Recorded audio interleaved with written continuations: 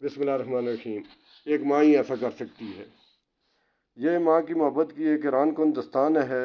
China میں پچھلی صدی میں ایک خطرناک زلزلہ آیا تھا جس میں کئی لاکھ افراد موت کے منہ میں چلے گئے تھے۔ ایک بڑی بلڈنگ تھی، اس کا ملبہ ہٹانے میں کئی دن لگ گئے تھے۔ تو نیچے ایک جگہ کنکریٹ کی سلیب گری ہوئی تھی، اس کے نیچے ایک عورت کو بے ہوش دیکھا گیا۔ ایک بچہ بھی اس کے ساتھ لپٹا ہوا تھا۔ ہاسپٹل لے گئے، علاج ہوا۔ جب وہ عورت ہوش میں آ گئی تو ڈاکٹر نے اس سے پوچھا کہ آخر کیا وجہ ہے کہ تیرے ہاتھوں کی انگلیوں کے سر زخمی ہیں؟ اس نے بتایا کہ میرے اوپر اس طرح چھت گری کہ میں ایک کونے کے اندر محفوظ تھی۔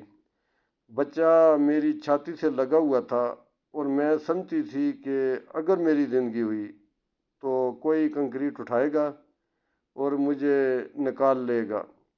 ایک دو دن تو میں بچے کے ساتھ رہی، اسے اپنا دودھ پلاتی رہی، خود بھوکی پیاسی تھی۔ اب میرے اپنے سینے میں دودھ ختم ہو گیا تھا۔ میرا بچہ روتا، میں اسے بہلاتی، لیکن بچے کا رونا مجھ سے برداشت نہیں ہوتا تھا۔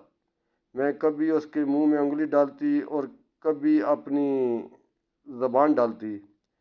جب بچے کے پیٹ میں کچھ نہ جاتا تو وہ روتا۔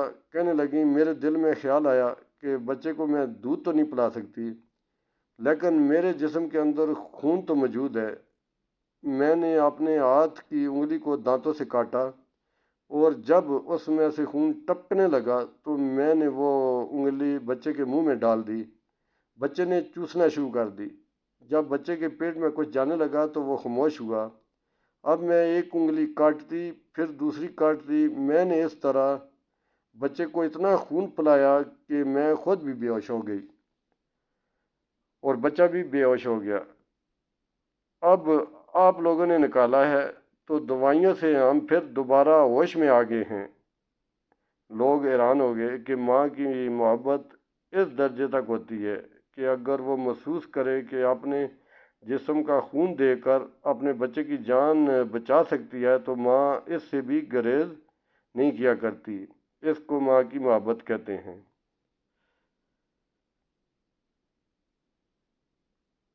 برائے مہربانی میرے اس چینل کو سبسکرائب کریں اور مجھے شکریہ کا موقع دیں۔